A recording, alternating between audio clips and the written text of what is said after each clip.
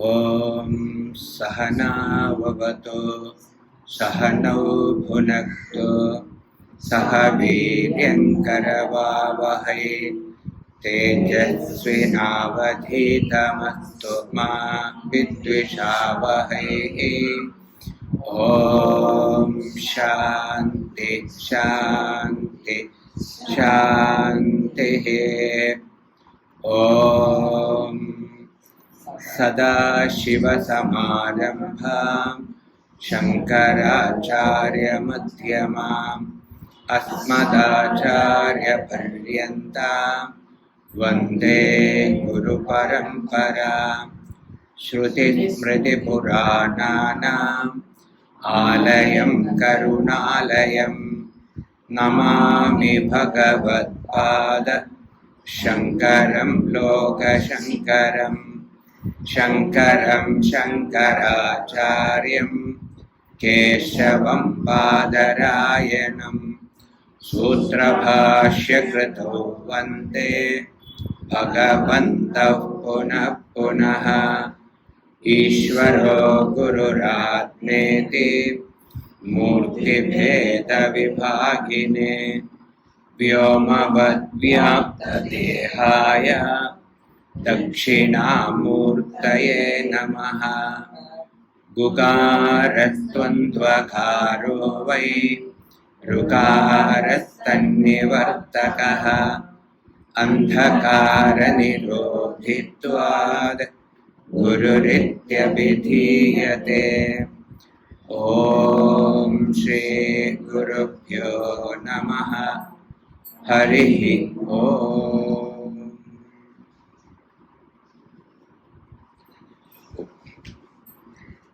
Akhandam Satchidanandam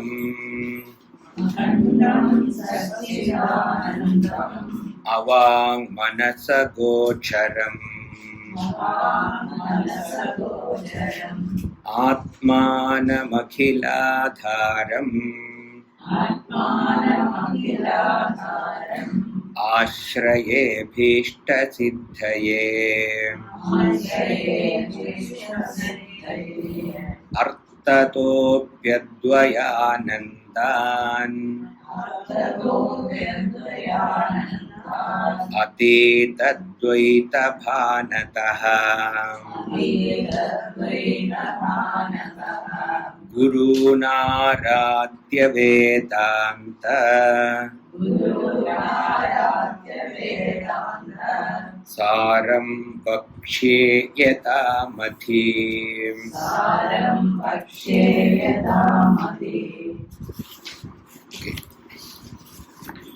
ഈ വേദാന്ത സാരത്തിൽ ആദ്യമായിട്ട് വേദാന്തത്തിൻ്റെ അർത്ഥം എന്താണെന്ന് പറഞ്ഞു. അതിനുശേഷം വേദാന്തം പഠിക്കാനായിട്ട് എന്തൊക്കെയാണ് അതിൻ്റെ ഉപാധികൾ, അനുബന്ധ ചതുഷ്ടയം, അധികാരി, വിഷയം, സംബന്ധം, പ്രയോജനം, അതിനെക്കുറിച്ച് ചർച്ച ചെയ്തു.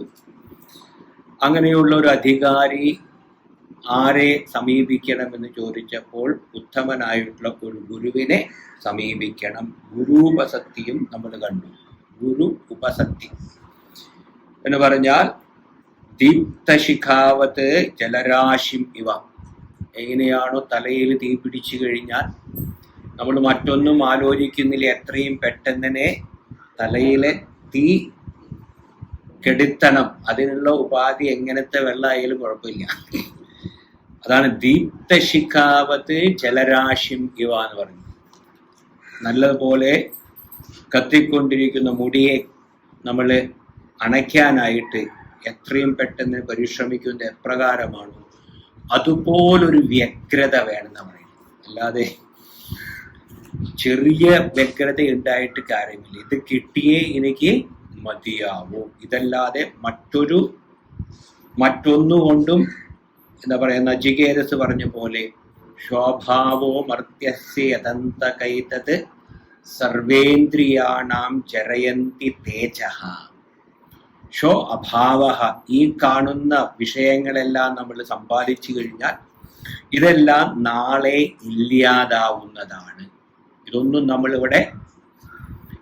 നമ്മൾ കൂടെ കൊണ്ടുപോകാനായിട്ട് പോകുന്നില്ല. അതുകൊണ്ട് ഈ ഒരു ഒന്നുകൊണ്ടും അല്ലെങ്കിൽ ഒരു വിധത്തിലും തന്നിൽ നിന്ന് നഷ്ടപ്പെടാത്ത ആ സത്യവസ്തുവിനെ എനിക്ക് അറിയണമെന്നുള്ള ഒരു ഉത്കടമായിരിക്കുന്ന ഒരു വാഞ്ച, ആഗ്രഹം, അതാണ് ഇവിടെ ഗുരു.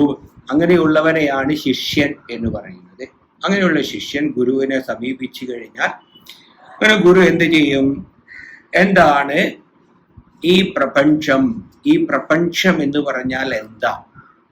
ഈ പ്രപഞ്ചത്തിലെ നമ്മൾ പലതും കാണുന്നു, പലതും അനുഭവിക്കുന്നു, പലതരത്തിലുള്ള വിഷയങ്ങളും നമ്മൾ പ്രാപിക്കുന്നു. ഇതെല്ലാം എന്താണെന്ന് ചോദിച്ചിട്ടുണ്ടെങ്കിൽ അതിനുള്ള ഉത്തരമാണ് നമ്മൾ കഴിഞ്ഞ ക്ലാസ്സിൽ കണ്ടത്. ഇതെല്ലാം ഈ പ്രപഞ്ചത്തെ നമുക്ക് മൂന്നായിട്ട് തിരിക്കാം: സ്ഥൂലം, സൂക്ഷ്മം, കാരണം. ഈ സ്ഥൂല സൂക്ഷ്മ കാരണങ്ങളെ രണ്ട് വിധത്തിൽ തിരിക്കാം. ഒന്ന് വ്യക്തിഗതം, മറ്റൊന്ന് സമഷ്ടിഗതം. അപ്പൊ വ്യഷ്ടി, സമഷ്ടി എന്നുള്ള രണ്ട് തലത്തിലും നമുക്ക് സ്ഥൂല ശരീരമുണ്ട്, സൂക്ഷ്മ ശരീരമുണ്ട്, കാരണ ശരീരമുണ്ട്. അതുപോലെ തന്നെ സമഷ്ടി തലത്തിലും സ്ഥൂലം, സൂക്ഷ്മം, കാരണം എന്നുണ്ട്. വ്യഷ്ടി തലത്തിലുള്ള സൂക്ഷ്മത്തെ സ്ഥൂല ശരീരം, സൂക്ഷ്മ ശരീരം, കാരണ ശരീരം എന്ന് പറയുന്നു. സമഷ്ടി തലത്തിൽ പറയുകയാണെങ്കിൽ വിരാട്, ഹിരണ്യഗർഭ ആൻഡ് ഈശ്വര എന്ന്. വ്യഷ്ടി തലത്തിൽ വിശ്വൻ, തൈജസൻ, പ്രാജ്ഞൻ എന്ന് ഇങ്ങനെ നമ്മൾ കഴിഞ്ഞ പ്രാവശ്യം കണ്ടു. അപ്പൊ ഇതാണ് ഏവം വസ്തുനി അവസ്തു. ഇതെല്ലാം തന്നെ വാസ്തവത്തില് ഈ സമഷ്ടിയും വ്യഷ്ടിയും വേണ്ടതുപോലെ നോക്കുകയാണെങ്കിൽ രണ്ടും ഒന്ന് തന്നെയാണ്. സമഷ്ടിയിൽ സമഷ്ടിയും വ്യഷ്ടിയും രണ്ടും ഉണ്ട്. മഠാകാശത്തിൽ എപ്രകാരമാണോ മഹാകാശമുള്ളത്, ആ മഠാകാശം എന്നുള്ളത് വെറും തോന്നല് മാത്രമാണ്, വാസ്തവത്തിൽ ഇല്ലാത്തതാണ്. ഈ മഠാകാശം വരുന്നതിനു മുൻപ് തന്നെ മഹാകാശം അവിടെ ഉണ്ടായിരുന്നു. ഇനി മഠാകാശം നശിക്കുമ്പോൾ നമ്മള് മഠാകാശം മഹാകാശത്തിൽ ലയിച്ചു എന്ന് പറയുന്നു. ഇതെല്ലാം നമ്മുടെ ഒരു കൽപ്പനയാണ്, മനസ്സിലായി? ആ ഉപാധി വെച്ച് നോക്കുമ്പോൾ ലയം എന്ന് നമ്മൾ പറയുന്നു. വാസ്തവത്തിൽ ഉപാധി അല്ല ഉപാധി എന്ന് പറഞ്ഞാൽ എന്താ? സ്ഥൂല സൂക്ഷ്മ കാരണ ശരീരത്തിൽ നിന്ന് വ്യതിരിക്തമായിരിക്കുന്ന ആ നിത്യ ചൈതന്യം, എല്ലാവരുടെയും ഒരേപോലെ നിറഞ്ഞിരിക്കുന്ന ആ ചൈതന്യം തന്നെയാണ് ഞാനെന്ന് ഓർമ്മിക്കുക. അപ്പൊ ഏവം വസ്തുനി അവസ്തു ആരോപ. വസ്തുവിലെ വസ്തുവല്ലാത്തതിനെ ആരോപിക്കലാണ് അധ്യാരോപം എന്ന് പറയുന്നത്. സാമാന്യേന പ്രദർശിത, ഏറെക്കുറെ സാമാന്യമായിട്ട് നമ്മൾ ഇവിടെ പ്രദർശിപ്പിച്ചു, ഇവിടെ ചർച്ച ചെയ്തു എന്ന്. ഇനി ബാക്കിയുള്ളത് നമുക്ക് വായിക്കാം. ഓക്കെ, ഇവിടെ വരെയാണ് എടുത്തത് അല്ലെ കഴിഞ്ഞ പ്രാവശ്യം. തദാനീം ഏതൗ ഈശ്വര പ്രാജ്ഞൗ ചൈതന്യ പ്രദീപ്താഭിഃ അതിസൂക്ഷ്മാഭിഃ അജ്ഞാനവൃത്തിഭിഃ ആനന്ദം അനുഭവതഃ ആനന്ദഭുക്ചേതോ മുഖഃ പ്രാജ്ഞഃ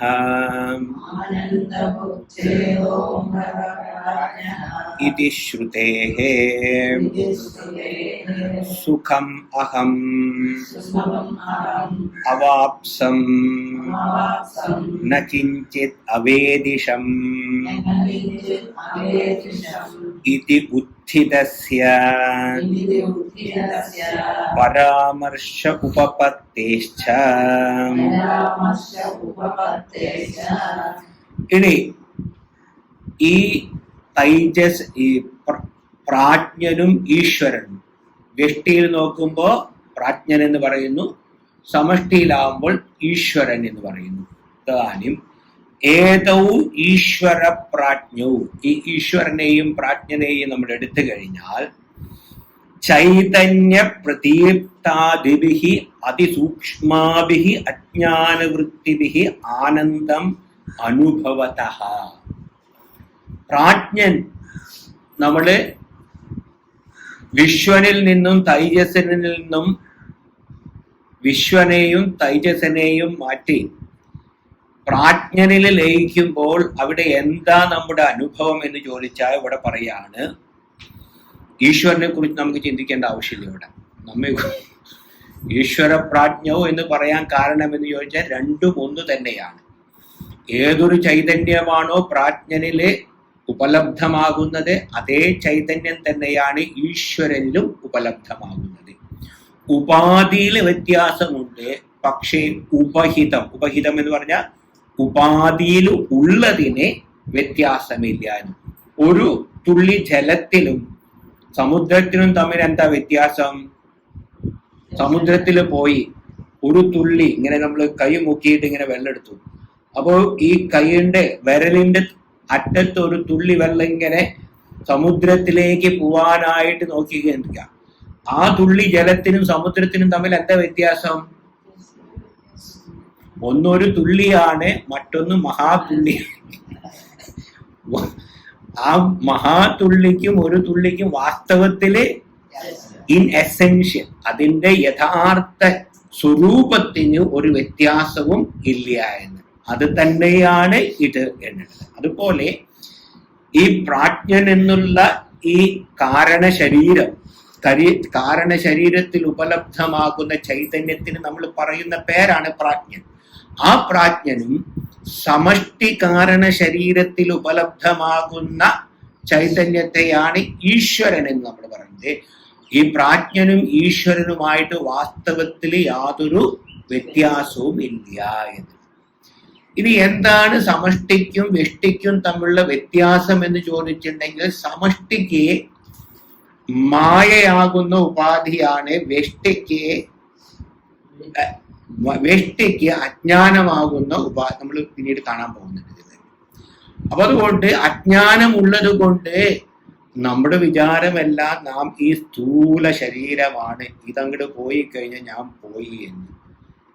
ഈ സ്ഥൂല ശരീരം എന്നുള്ളത് താൽക്കാലികമായിട്ട് നമുക്ക് തുന്നി തന്നിരിക്കുന്ന ഒരു ഉടുപ്പ് മാത്രമാണെന്ന് നമ്മൾ എപ്പോഴും ഓർക്കുക.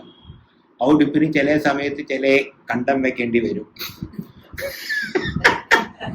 അങ്ങനെയുള്ള പല കോപ്രാട്ടികളും കാണിച്ച് നമ്മൾ വിചാരിക്കും ഞാൻ ഇവിടെ അങ്ങോട്ട് കുറെ കാലം അങ്ങോട്ട് ഇരുന്ന് കഴിയുകയാണെന്ന്. യുധിഷ്ഠിരൻ, യമധർമ്മരാജാവ് യുധിഷ്ഠിരനോട് ചോദിച്ച പോലെ ഈ ലോകത്തിലെ ഏറ്റവും വലിയ ആശ്ചര്യം എന്താണ് എന്ന്.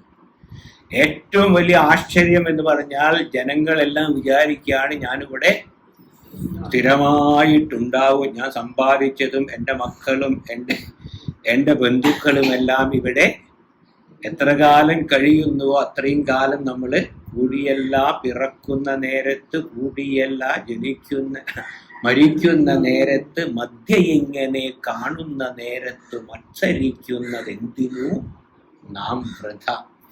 അങ്ങനെയുള്ളൊരു മത്സരത്തിന്റെ ആവശ്യമൊന്നുമില്ല. സാധാരണ നമ്മുടെ ഇംഗ്ലീഷിലൊരു ഫ്രേസ് ഉണ്ട്, റാറ്റ് റേസ് എന്ന് പറയും. റാറ്റ് റേസ് എന്ന് പറഞ്ഞാൽ പറയാം, കുറേ എലികളെ നമ്മൾ നിരത്തി നിർത്തിയിട്ട് ഒണേമാർ സെറ്റ് എന്ന് പറഞ്ഞിട്ട് അങ്ങോട്ട് ഓടിക്കാം. അതിലൊരു എലിക്ക് ഫസ്റ്റ് പ്രൈസ് കിട്ടും. ഈ ഫസ്റ്റ് പ്രൈസ് കിട്ടിയ എലിയും ഏറ്റവും ലാസ്റ്റ് വന്ന എലിയും തമ്മിൽ എന്താ വ്യത്യാസം?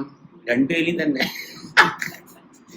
അപ്പൊ അതുകൊണ്ട് നമ്മുടെ ഈ ഓട്ടപ്പന്തയമെല്ലാം ഈ സ്ഥൂല ശരീരത്തിൽ നിന്നും സൂക്ഷ്മ ശരീരത്തിൽ നിന്നും കാരണ ശരീരത്തിൽ നിന്നും വ്യതിരിക്തമായിരിക്കുന്ന നിത്യശുദ്ധ സ്വരൂപനായ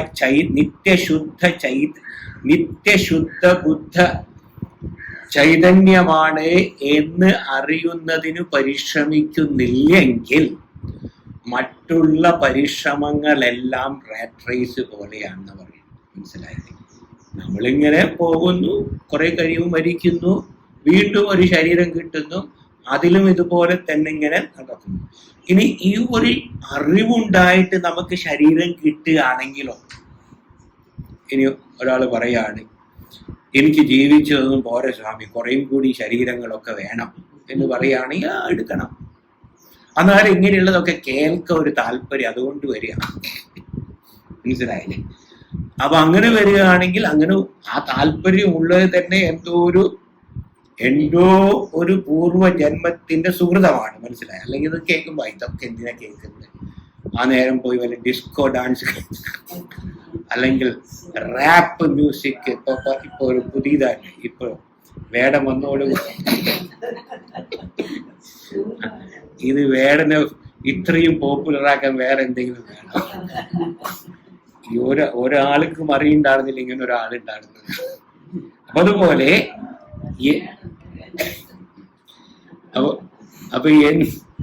അപ്പൊ എന്താണ് നമ്മുടെ ജീവിത ലക്ഷ്യം? ഒരു മനുഷ്യനായിട്ട് പിറന്നു കഴിഞ്ഞിട്ടുണ്ടെങ്കിൽ മനുഷ്യനുള്ള ഏറ്റവും ഉത്കൃഷ്ടമായിരിക്കുന്ന ഒരു കഴിവ് എന്ന് പറഞ്ഞാൽ എന്താ? വിചാരം ചെയ്യാനുള്ള കഴിവ്. മറ്റുള്ള ജന്തുക്കൾക്കും ഉണ്ടെങ്കിലും മനുഷ്യനെ പോലെ വിചാരം ചെയ്യാനായിട്ട് മറ്റുള്ളവർക്ക് സാധ്യമല്ല. അതുകൊണ്ട് ഈ ശരീരങ്ങളിൽ നിന്ന് വ്യതിരിക്തമായിരിക്കുന്ന ചൈതന്യമാണ് ഞാനെന്ന് നിരന്തരം നമ്മൾ മനനം ചെയ്തുകൊണ്ടിരിക്കണം. ആ ചൈതന്യമാണ് ഞാനെന്ന് അറിഞ്ഞു കഴിഞ്ഞാൽ പിന്നെ ഈ ഉടുപ്പ് പോയാൽ പിന്നെ കുഴപ്പമൊന്നുമില്ല. പിന്നെ ഈ ഉപാധികൾ പോയി കഴിഞ്ഞിട്ടുണ്ടെങ്കിൽ നമ്മെ ഒന്നും ബാധിക്കുകയില്ല എന്ന്. എന്നാലും എങ്ങനെ ഇതെല്ലാം പഠിച്ചു കഴിഞ്ഞിട്ട് അവസാനം എങ്ങനെയാണ് ഈ ശരീരത്തിൽ നിന്ന് പോകുക എന്ന് ആർക്കും അറിയില്ലല്ലോ. ചിലവർ ചോദിക്കുന്ന ചോദ്യം, എന്തുകൊണ്ട് വലിയ വലിയ മഹാത്മാക്കളെല്ലാം വലിയ ദുരിതം അനുഭവിച്ചു പോയി എന്ന് ചോദിക്കും. ഈ മഹാത്മാക്കൾ ദുരിതം അനുഭവിച്ചിട്ടില്ല, അവരുടെ സൂക്ഷ്മ അല്ലെങ്കിൽ സ്ഥൂല ശരീരത്തിന് ചില ദുരിതങ്ങൾ ഉണ്ടായി. ഈ സ്ഥൂല ശരീരവുമായിട്ട് ഞാൻ താതാത്മ്യപ്പെട്ടാലല്ലേ അത് എനിക്കാണെന്നുള്ള ബോധമുള്ളൂ. ഇനിയിപ്പോ ഈ സ്ഥൂല ശരീരം ഞാനല്ല എന്നറിഞ്ഞു കഴിഞ്ഞാൽ ഈ സ്ഥൂല ശരീരത്തെ നമുക്ക് ഇതൊരു വസ്തു, എന്നിൽ നിന്ന് ഭിന്നമായിരിക്കുന്ന ഒന്നാണെന്ന് പൂർണ്ണമായിട്ട് അങ്ങോട്ട് ബോധ്യപ്പെട്ടു കഴിഞ്ഞാൽ പിന്നെ ഒരിക്കലും നമ്മെ ഈ സ്ഥൂല ശരീരത്തിൽ എന്ത് സംഭവിച്ചാലും നമ്മെ ബാധിക്കില്ല. എന്നിരുന്നാലും ഈ സ്ഥൂല ശരീരം നമുക്ക് തന്നിരിക്കുന്നതാണ്, അതിനെ വേണ്ടതുപോലെ നോക്കേണ്ടത് നമ്മുടെ താൽക്കാലികമായിട്ടുള്ള കടമയാണ്. മനസ്സിലായി? ശരീരമല്ല എന്ന് പറയും ശരീരത്തെ അങ്ങോട്ട് നമ്മൾ പൂർണ്ണമായിട്ട് അവഗണിക്കാനും പാടില്ല. ഒരാൾ തന്നിരിക്കുന്നു, നമ്മളെ വിശ്വസിച്ചു ഒരാൾ എന്തെങ്കിലും നോക്കാനായിട്ട് തന്നിരിക്കുന്നു, അയാൾ വരുമ്പോൾ തിരിച്ചു കൊടുക്കേണ്ടതാണ്. ആ വരുന്ന സമയത്ത് അയ്യോ ഞാൻ നോക്കിയില്ല, ആരും എടുത്തു കൊണ്ടുപോയി എന്ന് പറഞ്ഞു കഴിഞ്ഞാൽ പിന്നീട് നമുക്ക് ആരും തരില്ല. അതുപോലെ ഈ സ്ഥൂല ശരീരം നമുക്ക് താൽക്കാലികമായിട്ട് കിട്ടിയിരിക്കുന്ന ഒന്നാണെന്ന് നിരന്തരം നമ്മൾ ഓർത്തുകൊണ്ടിരിക്കും. അങ്ങനെ ഓർത്തു കഴിഞ്ഞാൽ നമുക്ക് ഒരു വിധത്തിലും ഒരാളോടും ഒരു പരിഭവമോ ഈർഷ്യയോ ഇതൊന്നും യാതൊരു വിധത്തിൽ അതിനൊരു സ്ഥാനവുമില്ല എന്നത്. അങ്ങനെ ഈ പ്രാജ്ഞനും ഈശ്വരനും ചൈതന്യ പ്രദീപ്താദിവി, അവിടെ ചൈതന്യം മാത്രമാണുള്ളത്. സൂക്ഷ്മ ശരീരത്തില് വാസ്തവത്തില് ചൈതന്യം, എന്നിരുന്നാലും അവിടെ അല്പമായിരിക്കുന്ന ഒരു അജ്ഞാനമുണ്ട്.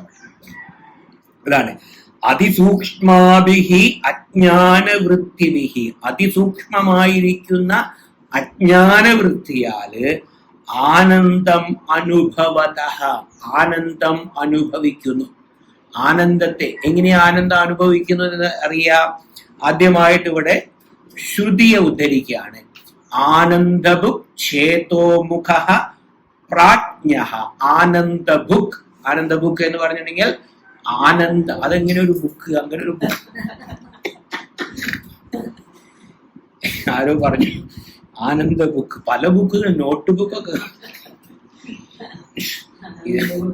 ആനന്ദ ബുക്ക് നമ്മൾ ഇതുവരെ കണ്ടിട്ടില്ല എന്ന് പറയാം. അപ്പൊ ആനന്ദം ബുക്ക് എന്ന് പറഞ്ഞാൽ ഭോജിക്കുക, അനുഭവിക്കുക, അല്ലെങ്കിൽ നമ്മൾ ആനന്ദത്തെ നിരന്തരമായിട്ട് അനുഭവിച്ചു കൊണ്ടിരിക്കും. ആനന്ദ ബുക്ക് എപ്പോ നമ്മൾ ഉറങ്ങുമ്പോൾ, എപ്പോഴാണോ നമുക്ക് സ്ഥൂല ശരീരത്തിൽ നിന്നും സൂക്ഷ്മ ശരീരത്തിൽ നിന്നും നമ്മൾ വിട്ട് നമ്മുടെ പ്രാജ്ഞനിലെ അല്ലെങ്കിൽ നമ്മൾ സുഷുപ്തിയിൽ ആണ്ടുപോകുമ്പോൾ സുഷുപ്തിയിൽ ഉള്ളത് അവിടെ ആനന്ദമാണ്, ആനന്ദ ബുക്ക്. അതുകൊണ്ടാണ് ഉറങ്ങുന്നവരെ ഉണർത്തരുതേ എന്ന് പറയുന്നത്. അപ്പൊ ആനന്ദ ബുക്ക് ചേതോമുഖ, അവിടെ എന്താ ഉള്ളത്? ചേത, ചൈതന്യമാണ്, ചേതനയാണ്. അവിടെ ചേതനയല്ലാതെ വേറെ ഒന്നും തന്നെ ഇല്ല. എല്ലാം, അതായത് ഞാൻ ഉറങ്ങി എന്നുള്ളൊരു അനുഭവം തന്നെ ഉണർന്നു കഴിയുമ്പോൾ നമുക്കുണ്ടാകുന്നു, ഇല്ലേ? അതെങ്ങനെയാ അറിയുന്നത് ഞാൻ ഉറങ്ങി എന്നുള്ളത്? ഇനിയിപ്പോ ഉറങ്ങി എന്നുള്ളത് ഞാൻ അനുഭവിക്കുന്നില്ലെങ്കിൽ ഉണർന്നു കഴിയുമ്പോൾ ഞാൻ ഉറങ്ങി എന്നുള്ള ബോധം നമുക്കുണ്ടാവില്ല. അപ്പൊ ഉണർന്നു കഴിയുമ്പോൾ ഞാൻ നല്ലതുപോലെ ഉറങ്ങി, എനിക്ക് നല്ല ആനന്ദമായിരുന്നു, അവിടെ ദുഃഖമുണ്ടായിരുന്നില്ല, സുഖവും ഉണ്ടായിരുന്നില്ല, മറിച്ച് അവിടെ ആനന്ദമായിരുന്നു എൻ്റെ അനുഭവം. അപ്പൊ ആനന്ദഭുക്ക് ചേതോമുഖ, ചേതോമുഖനും, മുഖം എന്ന് പറഞ്ഞിട്ടുണ്ടെങ്കിൽ ഉദ്ദേശിക്കുന്നത് ചൈതന്യത്തിന്റെ ദ്വാരം, മുഖം എന്നും ദ്വാരം അല്ലെങ്കിൽ ഒരു ഡോർ എന്നാണ്. ചേതോമുഖ, ആ ചൈതന്യത്തിലേക്കുള്ള ഒരു വിൻഡോ അല്ലെങ്കിൽ ഒരു വാതിലാണ് അത്. ചേതോമുഖ പ്രാജ്ഞ, പ്രാജ്ഞൻ എന്ന് പറയുന്നു, പ്രകൃഷ്ണേന പ്രാജ്ഞ. ഇത് ശ്രുതേഹേ, ഈ ശ്രുതി പ്രമാണം ആദ്യം. സാധാരണ നമ്മള് ശ്രുതി, യുക്തി, അനുഭവം, ഇതാണ് മൂന്ന്. എപ്പോഴെല്ലാം ശ്രുതി നമ്മുടെ യുക്തിക്ക് വിരോധമാകുന്നുവോ അപ്പൊ നമ്മൾ കൂടുതൽ ശ്രുതിയെ പരിശോധിക്കണം. നമ്മുടെ യുക്തി എന്നുള്ളത് ചിലപ്പോ നല്ല യുക്തി ആവില്ല, ദുരുക്തി ആയിരിക്കും. സദുക്തി കൊണ്ട് നമ്മൾ എന്താ ദുസ്തർക്ക സുവിരമ്യതാം ശ്രുതിമത തർക്കോനുസന്ധീയത. അപ്പൊ ദുസ്തർക്കത്തിൽ നിന്ന് നമ്മൾ എനിക്ക് ഇത് വേണ്ടതുപോലെ അറിയാനായിട്ട് സാധിക്കുന്നില്ല. ഒരാള് ഉപനിഷത്ത് വായിച്ചിട്ട് അണോരണീയാൻ മഹതോ മഹീയാൻ, ആ സത്യം എന്നുള്ളത് അത് അതിസൂക്ഷ്മമായിട്ടുള്ളതാണ്, അതേ സമയത്ത് തന്നെ അതിബൃഹത്തായിരിക്കുന്നതാണ് എന്ന്. ഇത് കേൾക്കുമ്പോ ആൾ വിചാരിക്കും ഇതിന് കൂടുതൽ വായിക്കേണ്ട ആവശ്യമില്ല, കൂടുതൽ വായിച്ച് നമ്മുടെ സമയം കളയേണ്ട ആവശ്യമില്ല, ഇങ്ങനെയുള്ളവര് പലതും പറയും എന്ന് വിചാരിച്ച് എന്റെ യുക്തിക്ക് ചേർന്നതല്ല എന്ന് ധരിച്ച് നമ്മൾ അതിനെ ഉപേക്ഷിക്കുകയാണെങ്കിൽ അതിന്റെ നഷ്ടമാർക്കാണ്, നമുക്കാണ് എന്നുള്ളത്. അതുകൊണ്ട് ശ്രുതി എന്റെ യുക്തിക്ക് ചേരുന്നില്ല, എനിക്ക് വേണ്ടതുപോലെ ആ ശ്രുതിയെ മനസ്സിലാക്കാനായിട്ട് സാധിക്കുന്നില്ലെങ്കിൽ അതാണ് ശ്രുതി എപ്പോഴും നമ്മൾ ഒരു ആചാര്യനിൽ നിന്ന് തന്നെ പഠിക്കണം. അല്ലെങ്കിൽ ഒക്കെ നമ്മുടെ ബുദ്ധിക്ക് ഒരിക്കലും അവിടേക്ക് എത്തിച്ചേരാനായിട്ട് സാധ്യമല്ല. അതുകൊണ്ട് ഇവിടെ ചേതോമുഖ ശ്രുതി, അപ്പൊ ശ്രുതി പ്രമാണമായിട്ട് പറഞ്ഞു. എന്താണ് അത്? ആനന്ദത്തെ അനുഭവിക്കുന്നു, ചൈതന്യ സ്വരൂപമാണ്, ചേതനയാണ് അതിന്റെ സ്വരൂപം. പ്രാജ്ഞ ഇതി ശ്രുതേഹേ. ഇനി എന്താ നമ്മുടെ അനുഭവം? സുഖം അഹം അവാപ്സം, ഞാൻ നല്ലതുപോലെ ആയിരുന്നു ഉറങ്ങുന്ന. അവാപ്സം എന്ന് പറഞ്ഞിട്ടുണ്ടെങ്കിൽ നല്ലതുപോലെ ഇരുന്നു. അസ്വാപ്സം എന്നുള്ള ഒരു വാക്കുണ്ട് ഇവിടെ. ഈ എന്താ പറയാ, ഇദ്ദേഹം എടുത്തിരിക്കുന്നത് അവാപ്സം. അവാപ്സം എന്ന് പറഞ്ഞ എന്താ അർത്ഥം? ഞാൻ നല്ല സുഖമായിട്ടിരുന്നു അവിടെ. എവിടെ? ഉറങ്ങുമ്പോൾ. ഉറക്കത്തിൽ യാതൊരു പ്രശ്നവും ഉണ്ടായിരുന്നില്ല. അതുകൊണ്ടാണ് ഉറക്കം തന്നെ ഒരു വിധത്തിൽ പല രോഗങ്ങൾക്കുമുള്ള ഒരു പ്രതിവിധ്യ. മനസ്സിലായില്ല? ഉറങ്ങുക, ശരീരം നല്ലതുപോലെ റിലാക്സ് ചെയ്യുക, ഒരു ശരീരത്തെ ഒരു വിശ്രാന്തിയിലേക്ക് നയിക്കുക.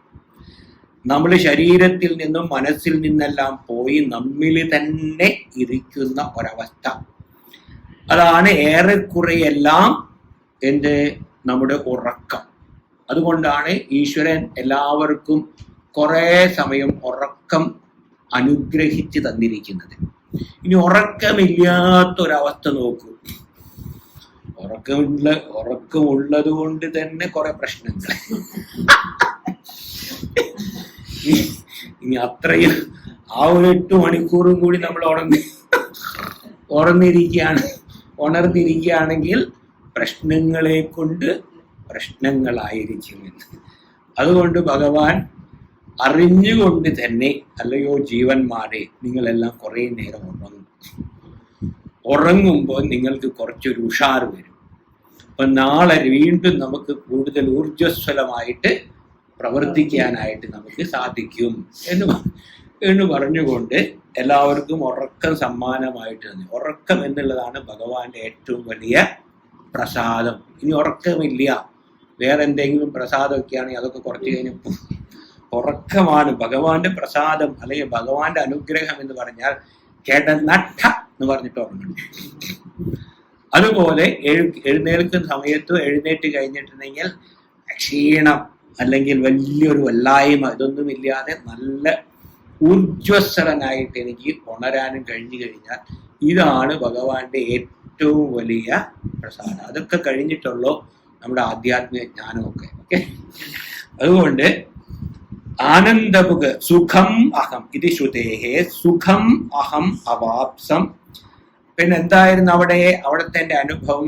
നഖിഞ്ചിത് അവേദിഷം, ഒന്നും തന്നെ ഞാൻ അറിഞ്ഞില്ല. ഉറങ്ങുന്ന സമയത്ത് ഒരു വിഷയവും എൻ്റെ മനസ്സിലേക്ക് കയറി വന്നില്ല. നഖിഞ്ചിത്ത്, ഒരു വിഷയം പോലും, ഒന്നും. അവിടെ കംപ്ലീറ്റ് ഒരു ബ്ലാങ്ക് ആയി. പക്ഷേ ആ ഒരു ശൂന്യതയെ അനുഭവിച്ചവനാണ് ഞാൻ. ആ ശൂന്യതയെ അനുഭവിച്ചത് കൊണ്ടാണ് അത് സുഖമാണെന്ന് എനിക്കറിയാൻ. ആ അനുഭവിക്കുന്ന സമയത്ത് എന്തുകൊണ്ട് ഞാൻ ഉണർന്നില്ല എന്ന് ചോദിച്ചാൽ, എനിക്കറിയണമെങ്കിൽ സ്ഥൂല ശരീരവും സൂക്ഷ്മ ശരീരവും ഉണ്ടെങ്കിലേ എനിക്ക് ഈ ബാഹ്യ പ്രപഞ്ചവുമായിട്ട് കണക്ട് ചെയ്യാനായിട്ട് പറ്റും. പക്ഷേ ഇത് അനുഭവിച്ചത് കൊണ്ട് അവിടെ സൂക്ഷ്മ ശരീരം പോലും ലയിച്ചിരുന്നത് കൊണ്ട് അവിടെ ആ ഒരു അനുഭവത്തിന് ഒരു എന്താ പറയാ, ഒരു ബാഹ്യമായിട്ടൊരു പ്രകടനം ഉണ്ടായിരുന്നില്ല. മനസ്സിലായി? അല്ലെങ്കിൽ ആനന്ദം അനുഭവിക്കുമ്പോൾ ആൾക്കാർ തുള്ളിച്ചാടില്ലേ? ഇനി ഉറക്കത്തിൽ തുള്ളിച്ചാടുമെന്ന് ചോദിച്ചാൽ അങ്ങനെ ഒന്നുമില്ല. എന്താ കാരണം? ഞാൻ സ്ഥൂല ശരീരത്തിൽ നിന്നും സൂക്ഷ്മ ശരീരത്തിൽ നിന്നും ഞാൻ വേറിട്ട് നിന്നിരുന്നു. ഈ സ്ഥൂലവും സൂക്ഷ്മവുമായിട്ട് എനിക്ക് യാതൊരു ബന്ധവുമില്ല. അത് എന്നിൽ തന്നെ ഞാൻ ഇങ്ങനെ അനുഭവിച്ചു കൊണ്ടിരിക്കുകയായിരുന്നു. അതാണ് നഖിഞ്ചിത് അവേദിഷം, ഒന്നും തന്നെ ഞാൻ അറിഞ്ഞില്ല. ഇത് ഉത്തിതസ്യ പരാമർശ ഉപപത്തേശ്ച. ഉപപത്തി എന്ന് പറഞ്ഞാൽ യുക്തി. ഉത്തിതസ്യ എന്ന് പറഞ്ഞാൽ ഉണർന്നവന്. ഉറക്കത്തിൽ നിന്ന് ഉണർന്നു കഴിഞ്ഞവന്റെ യുക്തി എന്താണ്? ഇതാണ് അവന്റെ യുക്തി. യുക്തി എന്താ? ഞാൻ സുഖമായിട്ട് ഉറങ്ങി, ഞാൻ ഒന്നും അറിഞ്ഞില്ല, അത് വളരെ നല്ലതായിരുന്നു, അതുകൊണ്ട് വീണ്ടും ഉറങ്ങാൻ പോകുന്നു. മനസ്സിലായി? അപ്പൊ അതാണ് ഉത്തിതസ്യ ഉപപത്തേശ്ച. പരാമർശം എന്ന് പറഞ്ഞിട്ടുണ്ടെങ്കിൽ പരാമർശിക്കുക, മുൻപുണ്ടായിരുന്നതിനെ കുറിച്ച് ആലോചിക്കുന്നതിനെയാണ് പരാമർശം എന്ന് പറയുന്നത്. അപ്പൊ ഞാൻ അനുഭവിച്ചതിനെ കുറിച്ച് ഞാൻ ആലോചിച്ചെടുക്കുകയാണ്. ആ ആലോചനയെയാണ് ഇവിടെ പരാമർശം എന്ന്. അപ്പൊ ഉത്തിതസ്യ പരാമർശ ഉപപത്തേശ്ച അനയോഹോ സമഷ്ടിവ്യഷ്ട്യോഃ വനവൃക്ഷയോഃ ഇവ ജലാശയ ജലയോഃ ഇവ വാ ഭേദഃ. ഇവിടെ ഇതിന് ഭേദം നമുക്ക് വേണമെങ്കിൽ കൽപ്പിക്കാം. ഒന്ന് സമഷ്ടിയാണ്, ഒന്ന് വ്യഷ്ടിയാണ്. അനയോഹോ ഇവ രണ്ടും ഏത് സമഷ്ടി വ്യഷ്ട്യോഹോ പ്രാജ്ഞ ഈശ്വരയോ അല്ലെ ഈശ്വര പ്രാജ്ഞയോഹോ. അനയോഹോ സമഷ്ടി വ്യഷ്ട്യോഹോ വനവൃക്ഷയോഹോ ഇവ ജലാശയ ജലയോഹോ ഇവ വാ ഭേദഃ. ഇതുപോലെ വനവും വൃക്ഷവും ജലവും ജലാശയവും പോലെ ഒരു വ്യത്യാസം നമുക്ക് വേണമെങ്കിൽ കൽപ്പിക്കാം. വഭേദഃ. ഇവിടെ ഉദ്ദേശിക്കുന്നത് എന്താണ് ചോദിച്ചിട്ടുണ്ടെങ്കിൽ, ഈ വിചാരം ചെയ്യുന്ന വ്യക്തിയുടെ തലത്തിൽ നിന്നാണ് വിചാരം തുടങ്ങുന്നത്. ഞാൻ വിചാരം ചെയ്യുമ്പോൾ എൻ്റെ മുൻപിലെ എനിക്ക് അനുഭവമായിരിക്കുന്ന ഒരു ലോകം പ്രകടമായിട്ടിരിക്കുന്നുണ്ട്. ആ ലോകത്തിൽ പല വിധത്തിലുള്ള കർമ്മങ്ങളും നടന്നുകൊണ്ടിരിക്കുന്നു. ചില കർമ്മങ്ങൾ വളരെ ഘോരമായിട്ടുള്ള കർമ്മങ്ങള്, പല കർമ്മങ്ങള് വളരെ വളരെ സാത്വികമായിരിക്കുന്ന പുണ്യകർമ്മങ്ങളും പാപകർമ്മങ്ങളും നിരന്തരമായിട്ട് നടന്നുകൊണ്ടിരിക്കുന്നു. ഇനി പുണ്യപാപ മിശ്രമായിട്ടുള്ള കർമ്മങ്ങളും നടന്നുകൊണ്ടിരിക്കുന്നു. ഇതെല്ലാം കാണുമ്പോൾ നമുക്ക് തോന്നും, എന്താ ഇത്? ഇത്രയും കാലം ജനങ്ങളെല്ലാം യുദ്ധം വേണ്ട യുദ്ധം വേണ്ട യുദ്ധം വേണ്ട എന്ന് പറഞ്ഞിട്ട് യുദ്ധത്തിന് പിറകെ യുദ്ധങ്ങളാണ് അല്ലേ? അപ്പൊ യുദ്ധം വാസ്തവത്തിൽ ഒന്നിനും ശാശ്വതമായിട്ടൊരു ശാന്തി ഉണ്ടാക്കില്ല എന്നറിഞ്ഞിട്ടും വീണ്ടും യുദ്ധത്തിന് പിന്നാലെ പോകുന്നത് എന്തുകൊണ്ടാണ് ചോദിച്ചിട്ടുണ്ടെങ്കിൽ മനുഷ്യന്റെ സ്വാർത്ഥത. ഞാനിവിടെ കുറെ കാലം ഉണ്ടായിരിക്കും, എനിക്ക് എല്ലാ സുഖ സൗകര്യങ്ങളും വേണം, അതുകൊണ്ട് മറ്റുള്ളവരെ നിഷ്കാസനം ചെയ്തിട്ട് എനിക്ക് വേണ്ട സുഖ സൗകര്യങ്ങളെ ഞാൻ എടുക്കാൻ. അപ്പോൾ ഇതെല്ലാം മനുഷ്യന്റെ സ്വാർത്ഥത. ഇത് വിചാരം ചെയ്ത് ഒരുത്തൻ മനസ്സിലാക്കണം. ഇനി ഏതെങ്കിലും മിക്കവാറും മതങ്ങളൊക്കെ പറയുന്നത് നീ സ്വർഗത്തിൽ പോകണമെന്നാണ് പറയുന്നത് അല്ലേ? സ്വർഗത്തിൽ പോകണമെങ്കിൽ അവർ കുറെ കാര്യങ്ങളൊക്കെ പറയും. ഇനി ഏതെങ്കിലും ഒരു മതം അത് സാമൂഹികമായിട്ടുള്ള നീതിക്ക് വിരുദ്ധമായിട്ടുള്ള ഒരു പ്രക്രിയയാണെങ്കിൽ അതിനെ തിരുത്തി എഴുതണം. അങ്ങനെ തിരുത്തി എഴുതിയിട്ടില്ലെങ്കിൽ അത് മനുഷ്യരാശിക്ക് മുഴുവനും ആപത്തായിട്ട് മാറും എന്നുള്ളത്. അപ്പൊ അനയോഹോ സമഷ്ടി വ്യഷ്ട്യോഹോ, വാസ്തവത്തില് ഈ ചൈതന്യമാണ് ഞാൻ പൂർണ്ണമായിട്ട് അറിഞ്ഞു കഴിഞ്ഞാൽ പിന്നെ സമഷ്ടിയും വ്യഷ്ടിയും ഒന്നുമില്ല. മനസ്സിലായില്ല? പിന്നെ അവിടെയുള്ളത് എന്താണ്? വെറും ചൈതന്യം മാത്രം. പ്രജ്ഞാനഘന, അവിടെ പ്രജ്ഞാനം മാത്രം. ആ ചൈതന്യഘനം, ചൈതന്യമല്ലാതെ വേറൊന്നുമില്ല. അതെങ്ങനെ പറയാ? ചൈതന്യമല്ലാതെ വേറൊന്നുമില്ല എന്നുള്ളത് നമ്മളിനി കാണാൻ പോകുന്നുണ്ട്. സൃഷ്ടിപ്രക്രിയയിൽ പറയുന്നു. സൃഷ്ടിപ്രക്രിയയിൽ എന്താ പറയുന്നത്? ആദ്യം ഈ ബ്രഹ്മം മാത്രമായിരുന്നു. ആ ബ്രഹ്മത്തിൽ നിന്നാണ് ഈ കാണുന്ന പ്രപഞ്ചം മുഴുവനും വന്നിരിക്കുന്നത്.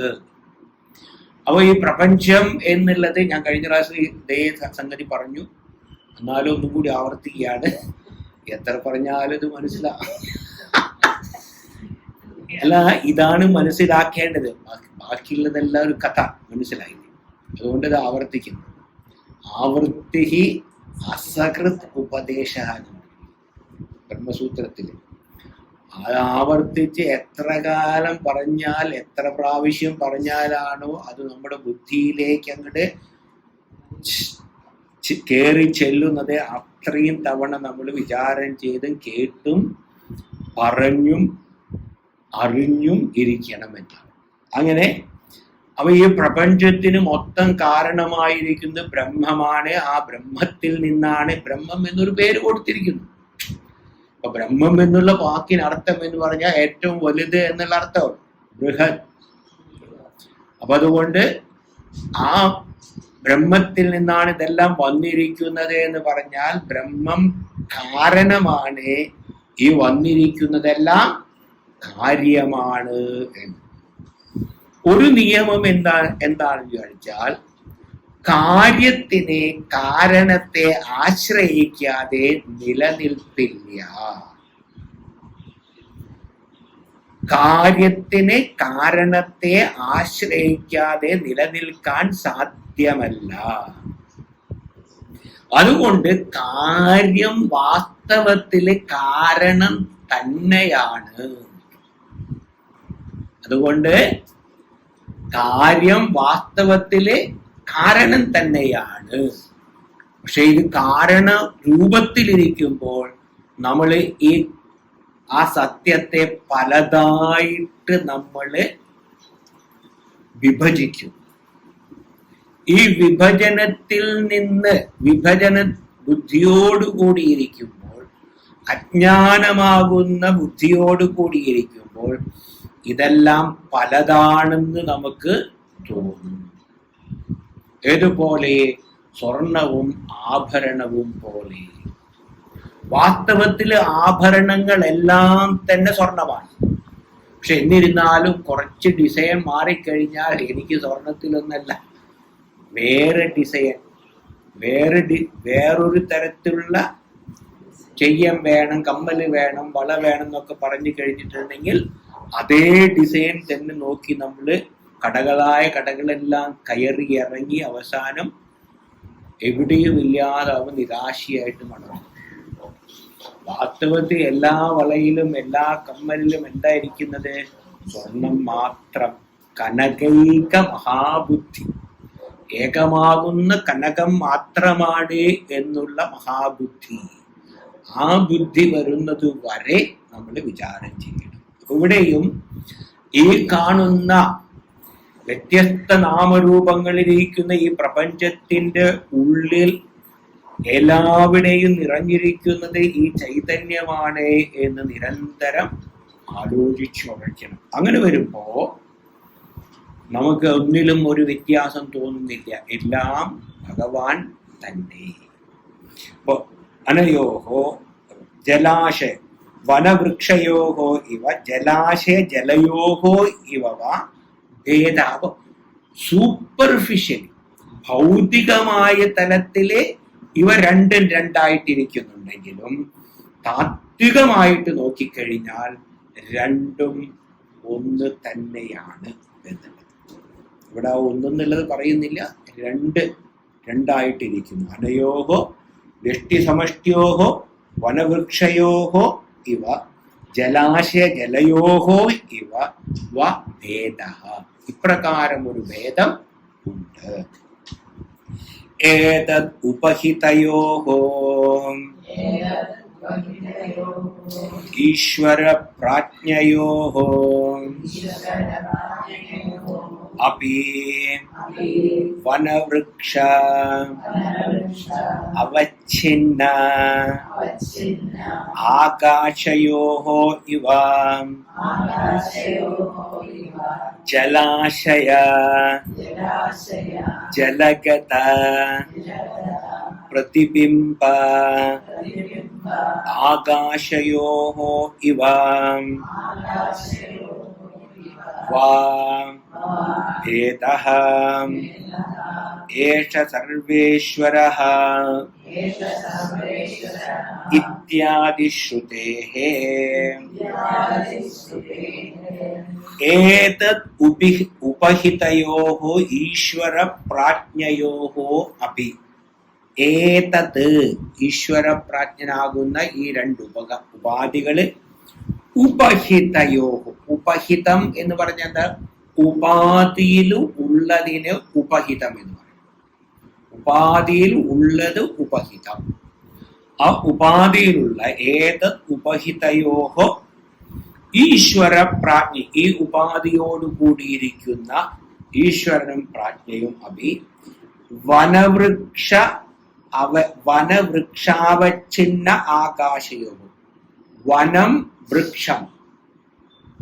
വൃക്ഷം അവച്ഛിന്നം എന്ന് പറഞ്ഞാൽ വനവൃക്ഷങ്ങളോട് കൂടിയിരിക്കുന്ന ആകാശം. അവിടെ ആകാശത്തിന് വ്യത്യാസമില്ല, വനവൃക്ഷങ്ങൾക്ക് വ്യത്യാസം നമുക്ക് കൽപ്പിക്കാം. അപ്പൊ രണ്ട് ഉപാധിയിലും ആ ഉപാധിയിൽ ഉപഹിതമായിരിക്കുന്ന ചൈതന്യം എന്ന് പറഞ്ഞാൽ വ്യത്യാസം ഇല്ല. ഏതുപോലെ വൃക്ഷാവച്ഛിന്നമായിരിക്കുന്ന ആകാശവും അവച്ഛിന്നം എന്ന് പറഞ്ഞാൽ എന്തർത്ഥം? ആ ഉപാധി മനസ്സിലായി. അവച്ഛിന്നം എന്ന് പറഞ്ഞാൽ അതോടുകൂടിയിരിക്കുന്ന, ആ ആകൃതിയിലിരിക്കുന്ന അവച്ഛിന്നം, പരിച്ഛിന്നം എന്നൊക്കെ പറയാം. ആ വൃക്ഷമാകുന്ന ആകൃതിയിൽ ഉപലബ്ധമാകുന്ന ആകാശം. ഒരു വൃക്ഷത്തിന് നിലനിൽക്കണമെങ്കിൽ ആകാശം ആവശ്യം. ആകാശമില്ലാതെ വൃക്ഷത്തിന് നിലനിൽക്കാൻ സാധിക്കുമോ? സാധ്യമല്ല. എന്തെല്ലാം ഈ പ്രപഞ്ചത്തിലുണ്ടോ അതിനെല്ലാത്തിനും ആധാരമായിരിക്കുന്ന എന്താണ്? ആകാശമാണ്. അപ്പൊ ആ വൃക്ഷാവച്ഛിന്നമായിരിക്കുന്ന ആകാശത്തെ നമ്മൾ നോക്കുമ്പോൾ അത് വൃക്ഷം എന്ന് പറയുന്നു. ഇനി വനാവച്ഛിന്നമായിരിക്കുന്ന ആകാശത്തെ നോക്കുമ്പോൾ നമ്മൾ അത് വനം എന്ന് പറയുന്നു.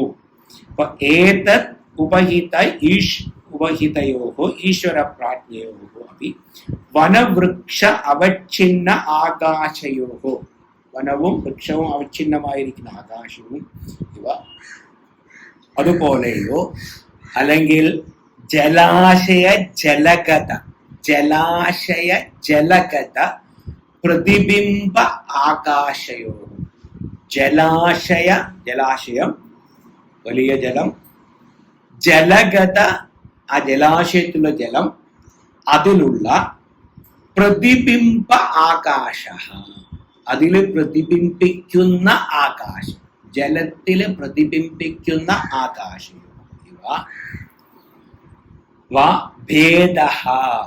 ഭേദം നമുക്ക് വേണമെങ്കിൽ കൽപ്പിക്കാം.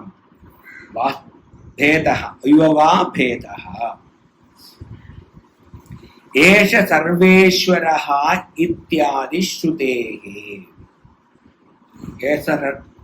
ഈ ഉപാധിയിലെല്ലാം ഇരിക്കുന്ന ആ ചൈതന്യത്തെ നമുക്ക് വേണമെങ്കിൽ സർവേശ്വരൻ, എല്ലാത്തിനെയും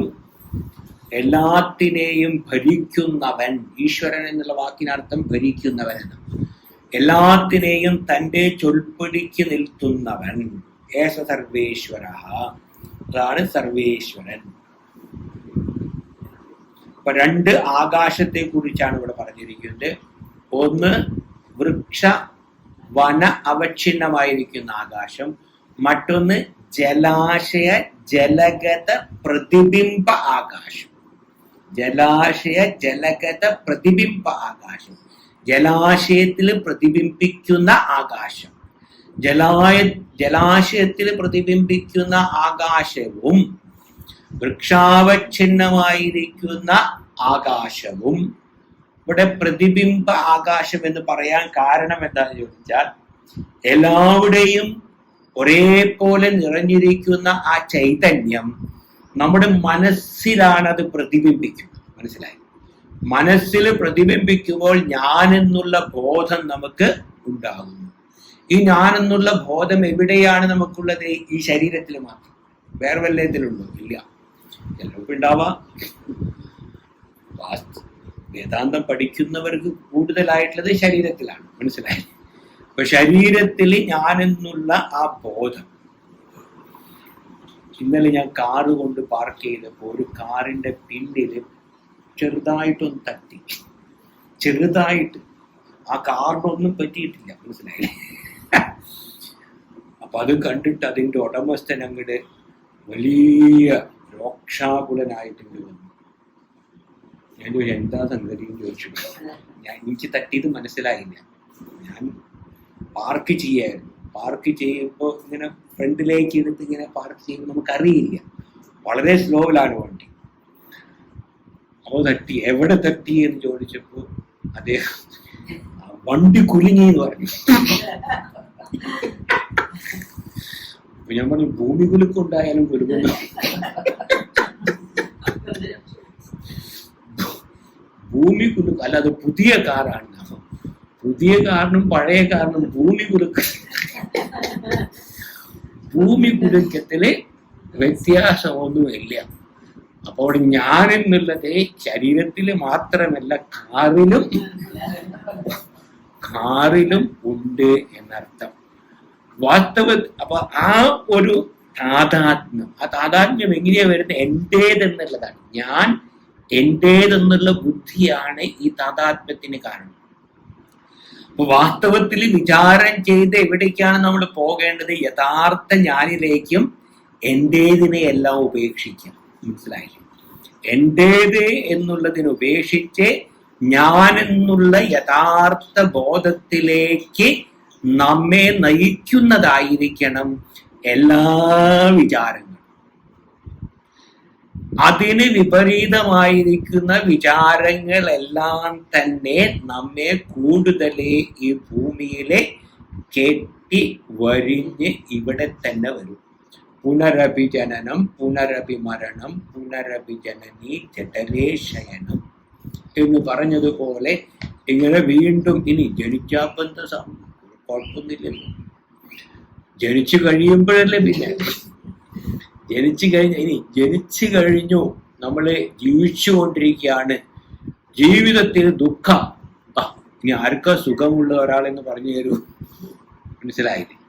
അപ്പൊ വാസ്തവത്തില് സുഖമുള്ളവരും ദുഃഖമുള്ളവരും തമ്മിലുള്ള വ്യത്യാസം എന്താണെന്ന് ചോദിച്ചാൽ ദുഃഖിക്കുന്നവർക്ക് ദുഃഖത്തിനൊരു കാരണമുണ്ടെന്ന് അറിയാം. സുഖിക്കുന്നവർക്ക് അവരുടെ ദുഃഖത്തിന്റെ കാരണം അറിയാത്തത് കൊണ്ട് സുഖിക്കുന്നു. ദുഃഖമുണ്ട്, പക്ഷെ അവർക്ക് അറിയുന്നില്ല, അതുകൊണ്ട് സുഖമായിട്ട് തോന്നുന്നു എന്നാണ്. അപ്പൊ ഇന്ന് ഇതെല്ലാം ഒരു പ്രാപഞ്ചിക സത്യമാണ്, പ്രപഞ്ചത്തിൽ നിലനിൽക്കുന്ന ഒരു യാഥാർത്ഥ്യമാണ്. മനസ്സിലായി? ശരീരത്തോടു കൂടി നമ്മൾ ഈ ലോകത്തിൽ ജീവിക്കുമ്പോൾ ശരീരം തന്നെയാണ് ഏറ്റവും വലിയ മഹാവ്യാധി എന്ന് പറയുന്നത്. ഏറ്റവും വലിയ വ്യാധി എന്നുള്ളത് ശരീരമാണ്. ആ ശരീരം നമുക്ക് കിട്ടിയിരിക്കുന്നു, അതിന് വേണ്ടതുപോലെ കൂടുതൽ.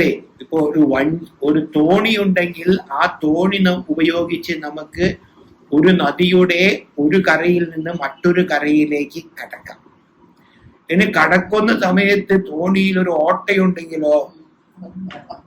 ഓട്ടയുണ്ടെങ്കിൽ താൽക്കാലികമായിട്ട് ഓട്ടയടിക്ക് എത്രയും പെട്ടെന്ന് മറുകര അണയാനായിട്ട് നമ്മൾ നോക്കുക എന്നത്. അതുപോലെയാണ് അസുഖങ്ങളൊക്കെ വരുമ്പോ ഓട്ടയുണ്ട് എന്ന് പറയാണ്. നമ്മൾ ഇനി വൈകിക്കരുത്, എത്രയും പെട്ടെന്ന് ആവട്ടെ, തുഴയട്ടെ എന്നാണ് പറയുന്നത്. പക്ഷെ നമ്മൾ കേൾക്കുന്നുണ്ടോ? ഇല്ല. അപ്പൊ അതുകൊണ്ട് ഇവിടെ ഈ ആകാശം, ഈ രണ്ടിലും പ്രതിബിംബിച്ചിരിക്കുന്നത് ഒരേ ആകാശമാണെന്നുള്ള ബോധം വിചാരം ചെയ്ത് ഉറപ്പിച്ചു കഴിഞ്ഞാൽ എന്റേതെന്നുള്ളതെല്ലാം പോകും. ഇതാണ് നമ്മുടെ ഹരിനാമകീർത്തനത്തിലെ ഞാനെന്നു തോന്നുന്നതാകിൽ അഖിലം ഞാനിതെന്നു തോന്നേണമേ വരദ നാരായണ. അഖിലം ഞാനിതെന്ന്, ചിലത് മാത്രമല്ല എൻ്റെത്, എല്ലാം ഞാനെന്നുള്ള ബോധം നമുക്ക് ഉണ്ടാകണം. എന്നിൽ നിന്ന് വ്യത്യസ്തമായിട്ട് ഒന്നുമില്ല എന്ന്. അതാണ് ഇവിടെ ആകാശയോ ജലഗത പ്രതിബിംബ ആകാശോ വാചക ഭേദ ഏഷ സർവേശ്വര ഇത്യാദി ശ്രുതേ. ആ ഉപാധിയിൽ ഉപഹിതമായിരിക്കുന്ന ആകാശം എന്നുള്ളത്, ആ ആകാശമാണ് സർവേശ്വരൻ, ആ ചൈതന്യമാണ് സർവേശ്വരൻ, സർവത്തിനും ഈശ്വരനായിട്ടിരിക്കുന്നത്. ഈശ്വരൻ എന്ന് പറഞ്ഞാൽ എല്ലാത്തിനും സത്താസ്ഫൂർത്തി കൊടുക്കുന്നത്. സത്ത എന്ന് പറഞ്ഞാൽ ഉണ്മ, സ്ഫൂർത്തി എന്ന് പറഞ്ഞാൽ അത് ഉള്ളത് വേണ്ടതുപോലെ പ്രകാശിക്കുന്നു. അതിനാണ് സ്ഫൂർത്തി. സ്ഫൂർത്തി എന്ന് പറഞ്ഞാൽ നമുക്കറിയാൻ ഒരു സാധനമുണ്ട്, പക്ഷെ അത് അറിയാൻ കഴിയില്ല എന്ന് പറഞ്ഞ എന്താ കാര്യം? ഒരാൾ പറയാണ് വലിയൊരു സാധനം പക്ഷെ അറിയാൻ കഴിയില്ല.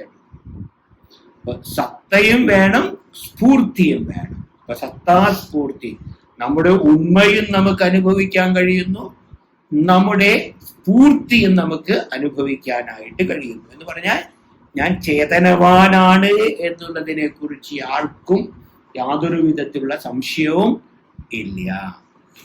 അഭേദഃ ഏഷ സർവേശ്വരഃ ഇത്യാദി ശ്രുതേഃ.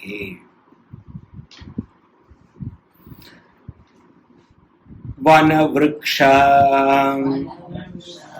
തത് അവച്ഛിന്ന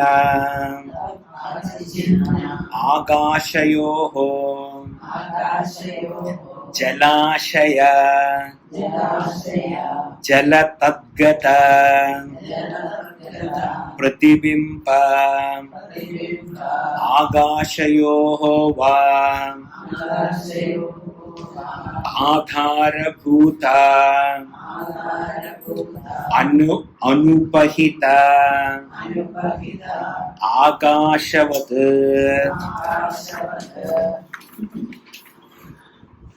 അനയോഃ അജ്ഞാന തത് ഉപഹിത ചൈതന്യയോഃ ആധാരഭൂതം യത് അനുപഹിതം ചൈതന്യം തത്തുരീയം ഇത്യുച്യത്തെ. ശാന്തം ശിവമദ്വൈതം ചതുർത്ഥം മന്യന്തെ ഇത്യാദി ശ്രുതേഃ. ഇവിടെ ആ ഐക്യത്തെ വളരെ വളരെ സ്പഷ്ടമായിട്ട് പറഞ്ഞു തന്നിരിക്കുന്നത് ആനന്ദയോഗി. വനവൃക്ഷ തദ് അവച്ഛിന്ന ആകാശയോഃ. വനവൃക്ഷ, വനം വൃക്ഷം, തദ് അവച്ഛിന്നം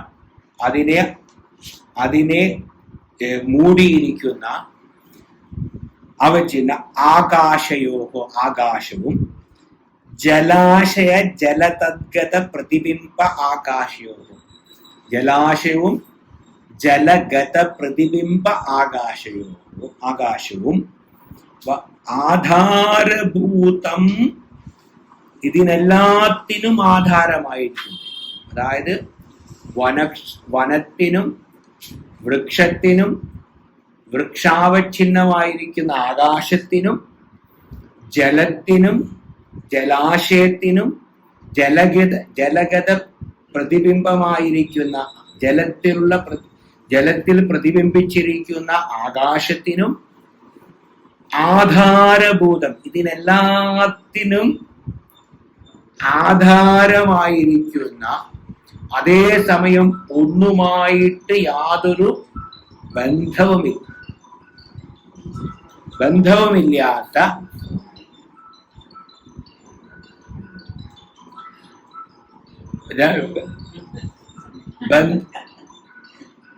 ഇതിനെല്ലാത്തിനും ആധാരഭൂതമായിരിക്കുന്ന അനുപഹിതം എന്ന് പറഞ്ഞാൽ ഉപാധിരഹിതമായിട്ടുള്ള, ഉപാധിയില്ലാത്ത അനുപഹിതം ചൈതന്യം ആകാശം. അനുപഹിത ആകാശവത്, അനുപഹിതമായിരിക്കുന്ന ഉപാധിയില്ലാത്ത ആകാശം. ഉപാധിയോടുകൂടിയിരിക്കുന്ന ആകാശത്തിനെ ഉപാധിയില്ലാത്തൊരു ആകാശം ആധാരഭൂതമായിട്ടുണ്ട്. മനസ്സിലാവുണ്ടോ അറിയില്ല. അതായത് നമുക്കിപ്പോ വനം എന്നുള്ളതൊരു ഉപാധിയാണ്. ആ വനത്തെ ചുറ്റിപ്പറ്റിയിരിക്കുന്ന ആകാശം അതും ഒരു ഉപാധിയാണ്. വൃക്ഷം എന്നുള്ളൊരു ഉപാധിയാണ്. വൃക്ഷത്തെ ചുറ്റിപ്പറ്റിയിരിക്കുന്ന ആകാശം അതും ഒരു ഉപാധിയാണ്. അങ്ങനെ ഈ ഉപാധിയോട് കൂടിയിരിക്കുമ്പോൾ നമുക്ക് എന്ത് വനാവച്ഛിന്നമായിരിക്കുന്ന ആകാശം, വനമാകുന്ന ഉപാധിയോട് കൂടിയിരിക്കുന്ന ആകാശം, വൃക്ഷമാകുന്ന ഉപാധിയോട് കൂടിയിരിക്കുന്ന ആകാശം. ഇനി ജലാശയം, ജലം, ജലാശയത്തിലുള്ള ജലം, ആ ജലത്തിൽ പ്രതിബിംബിച്ചിരിക്കുന്ന ആകാശം. ഇങ്ങനെയുള്ള ഈ ആകാശങ്ങൾക്കെല്ലാം ആധാരഭൂതമായിട്ടൊരാകാശം. ആ ആകാശം എങ്ങനെയാണെന്ന് ചോദിച്ചാൽ ഈ ഉപാധിയുമായിട്ട് യാതൊരു ബന്ധവുമില്ല, അനുപഹിതം. ഉപാധിയുമായിട്ട് ബന്ധമില്ല, അനുപഹിതം. ആകാശവത്, അനുപഹിത ആകാശവത്.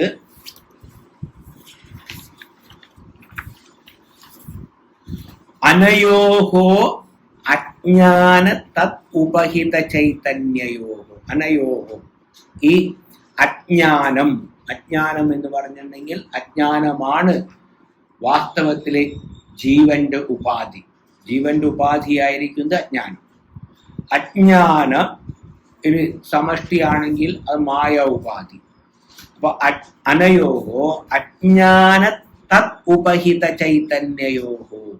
ജ്ഞാനവും ആ അജ്ഞാനത്തിൽ ഉപഹിതമായിരിക്കുന്ന ചൈതന്യയോഹോ ആധാരഭൂതം. അതായത് ഇത് വളരെ പ്രധാനപ്പെട്ട ഒരു സെന്റൻസാണ്. ഈ ഹോൾ ഇത്രയും നമ്മൾ പഠിച്ചതിൽ ഏറ്റവും പ്രധാനപ്പെട്ട ഒരു സെന്റൻസ് ആണ് ഇപ്പൊ നമ്മൾ വായിച്ചത്. ഇത് അതായത് ഈശ്വരൻ ജീവൻ എന്ന് പറയുന്നുണ്ട്. ഈ ഈശ്വരനും ജീവനും രണ്ടും ഉപാധിയാണ്. മനസ്സിലായില്ലേ? ഈശ്വരന്റെ ഉപാധിയെയാണ് നമ്മൾ എന്ത് പറഞ്ഞത്? മായ. ജീവന്റെ ഉപാധിയെയാണ് അജ്ഞാനം എന്ന് പറയുന്നത്. ആ മായ എന്നുള്ളത് വ്യക്തിഗതമാകുമ്പോൾ ആ മായയ്ക്ക് പറയുന്നതാണ് അജ്ഞാനം. അത്രേ ഉള്ളൂ, രണ്ട് പേര്. ഇവിടെയും മായ എന്ന് പറഞ്ഞാലും കുഴപ്പമൊന്നുമില്ല. ചിലർ ചോദിക്കും മായ ജീവൻ, ഈശ്വരന് മായയും ജീവന് അജ്ഞാനവും ഇത് രണ്ടും തമ്മിൽ എന്താ വ്യത്യാസം? വാസ്തവത്തിൽ വ്യത്യാസമൊന്നുമില്ല. മനസ്സിലായി? ഇത് നമ്മള് ഒരു വിഷയം അവതരിപ്പിക്കുമ്പോൾ അതിൻ്റെ സുഖമായിട്ടുള്ള ആശയവിനിമയത്തിന് വേണ്ടിയിട്ട് നമ്മൾ രണ്ട് പദങ്ങൾ ഉപയോഗിക്കും.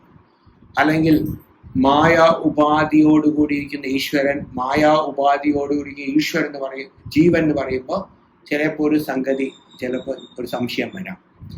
പക്ഷെ എന്താ വ്യത്യാസം? ജീവനും ഈശ്വരനും തമ്മിലുള്ള വ്യത്യാസം എന്താണ്? മായാം തു പ്രകൃതിം വിദ്ധി മായിനം തു മഹേശ്വരം. ഈശ്വരൻ മായയെ ജയിച്ചിരിക്കുന്നവൻ. മായി എന്ന് പറഞ്ഞ എന്താ അർത്ഥം? മായയെ ജയിച്ചവൻ, മായയെ തൻ്റെ ചൊൽപ്പടിക്ക് നിർത്തുന്നവൻ ആണ് ആര്? ഈശ്വരൻ. പക്ഷെ ജീവനോ മായയ്ക്ക് അടിമപ്പെട്ടിരിക്കുകയാണ്. മായ എന്ന് പറഞ്ഞാൽ അജ്ഞാനത്തിന് അടിമപ്പെട്ടിരിക്കുകയാണ്. എങ്ങനെ അജ്ഞാനത്തിന് അടിമപ്പെട്ടിരിക്കുന്നു? എനിക്ക് അജ്ഞാനമൊന്നുമില്ലല്ലോ, എനിക്ക് കുറെ ജ്ഞാനമുണ്ടല്ലോ സ്വാമി എന്ന് പറഞ്ഞിട്ടുണ്ടെങ്കിൽ ഇത് തന്നെയാണ് വേറൊരു അജ്ഞാനം. അജ്ഞാനം എന്ന് പറഞ്ഞിട്ടുണ്ടെങ്കിൽ ഞാൻ എന്നെ ഈ ശരീരത്തിൽ ഇരിക്കുമ്പോൾ ഈ പ്രകൃതിയിൽ നിന്നും ഈശ്വരനിൽ നിന്നും വ്യത്യസ്തമായിരിക്കുന്നവനാണ് ഞാൻ എന്നുള്ള തോന്നൽ തന്നെയാണ് അജ്ഞാനം. അങ്ങനെയുള്ള പരിച്ഛിന്നനായിരിക്കും ജീവൻ പരിശ്രമിച്ച് അപരിച്ഛിന്നനാവാനായിട്ട് പരിശ്രമിക്കുന്നു. ഇതാണ് വ്യർത്ഥം, ഒരിക്കലും സംഭവിക്കാൻ പറ്റാത്ത ഒന്ന്. എത്ര സമ്പാദിച്ചാലും നമുക്ക് തൃപ്തി വരുമോ? ഇല്ല. എത്ര വാസ്തവത്തില് ഈ ഒരു സത്യം മനസ്സിലാക്കാതെ നമുക്ക് എന്തെല്ലാം ഉണ്ടോ അതെല്ലാം നമുക്ക് ഭാരമായിട്ടിരിക്കും വാസ്തവത്തിൽ. ഈ ഒരു സത്യത്തെ മനസ്സിലാക്കി എല്ലാം ഉണ്ടെങ്കിലും ഒരു പ്രശ്നമില്ല. എല്ലാം ഉണ്ടെങ്കിലും ഒന്നും ഇല്ലെങ്കിലും പ്രശ്നമില്ല.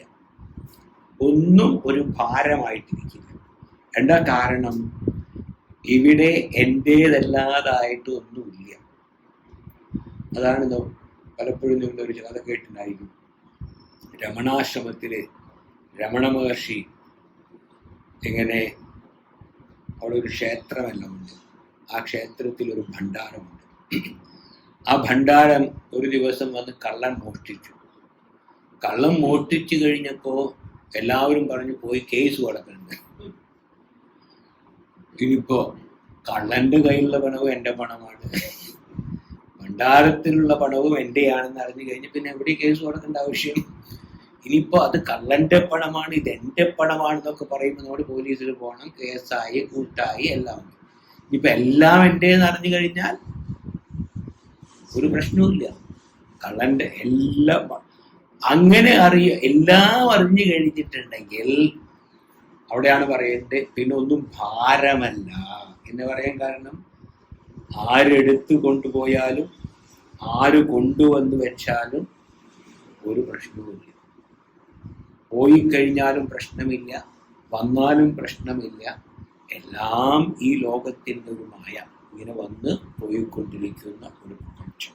അതുകൊണ്ട് ഈ ഒരു ചൈതന്യം ഇത് വേണ്ടതുപോലെ മനസ്സിലാക്കി കഴിഞ്ഞാൽ അനയോഹോ അജ്ഞാന തത് ഉപഹിത ചൈതന്യയോഹോ, അജ്ഞാനവും അജ്ഞാനത്തിൽ ഉപഹിതമായിരിക്കുന്ന ചൈതന്യവും ആധാരഭൂതം യത് അനുപഹിതം ചൈതന്യം, ആധാരഭൂതമായിരിക്കുന്ന യാതൊരു ഉപാധിരഹിതമായിരിക്കുന്ന ചൈതന്യമുണ്ടോ, ഉപാധിയുമായിട്ട് യാതൊരു ബന്ധവുമില്ലാതെ അതേ സമയത്ത് എല്ലാ ഉപാധികൾക്കും ആധാരമായിട്ടിരിക്കുന്നതും ആയിട്ടുള്ള ആ ചൈതന്യം തത് തുരീയം, ഇതിനെയാണ് തുരീയം എന്ന് പറയുന്നത്. തുരീയം എന്നുള്ള വാക്കിനെ വാസ്തവത്തിൽ പൂർണ്ണം എന്നുള്ള അർത്ഥത്തിലാണ്. തുരീയം എന്ന് പറഞ്ഞിട്ടുണ്ടെങ്കിൽ പൂർണ്ണം. ചില ആൾക്കാർ തുരീയം, ഇനി തുരീയാതീതം, അങ്ങനൊന്നുമില്ല. ഇതൊക്കെ വെറുതെ ആൾക്കാർ പറഞ്ഞിട്ടുണ്ടാകും. തുരീയം വരെ കഴിഞ്ഞു, പൂർണ്ണം എന്ന് പറയും പൂർണ്ണാതീതം, പൂർണ്ണത്തെയും അധികരിച്ചിരിക്കുന്നത്. അങ്ങനെയില്ല, ഒന്ന് ഓൾറെഡി പൂർണ്ണം എന്ന് പറഞ്ഞു കഴിഞ്ഞു. ഇനി പൂർണ്ണാതീതമായിരിക്കുന്നതാണ് നമ്മുടെ ഗുരു എന്ന് പറഞ്ഞു കഴിഞ്ഞാൽ എന്താ അർത്ഥം? വീണ്ടും സംസാരത്തിൽ വന്നു അർത്ഥം. അപ്പൊ അതുകൊണ്ട് ഇത്രയേ ഉള്ളൂ ഇവിടെ. തുരീയം ഇവിടെ കഴിഞ്ഞു. തുരീയം എന്ന് പറഞ്ഞാൽ ആ പൂർണ്ണം, എല്ലാവരുടെയും ഒരേപോലെ നിറഞ്ഞിരിക്കുന്ന ആ ചൈതന്യം, തുരീയം ചൈതന്യം ഇത്യുച്യതേ, അതിനെയാണ് തുരീയം ചൈതന്യം. ഇതാണ് നാം ഇവിടെ പറയുന്നത്. എന്തിനാ അതൊക്കെ? ഈ തുരീയ ചൈതന്യമാണ് നാം ഓരോരുത്തരും ഈ നിമിഷം. എന്നാ ഞാൻ തുരീയമാവാ സ്വാമി, കുറേയും കൂടിയും കഴിയണം അല്ലെ? എനിക്ക് തുരീയമാവണമെന്നുണ്ട്. അതിനെന്താ വഴി? ഒരു ചുമ്മാ ഇരി, വേറൊന്നും ചെയ്യേണ്ട ആവശ്യമില്ല.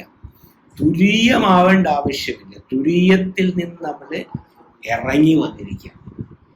ഇറങ്ങി വന്ന് ഈ പരിച്ഛിന്നമായിരിക്കുന്ന വിഷയങ്ങളിൽ ഞാനെന്നും എൻ്റേതെന്നുമുള്ള ബുദ്ധി വെച്ച് ഈ ജീവിതം തന്നെ ആകെ അങ്ങോട്ട് കൂട്ടിക്കുഴച്ചിരിക്കുക.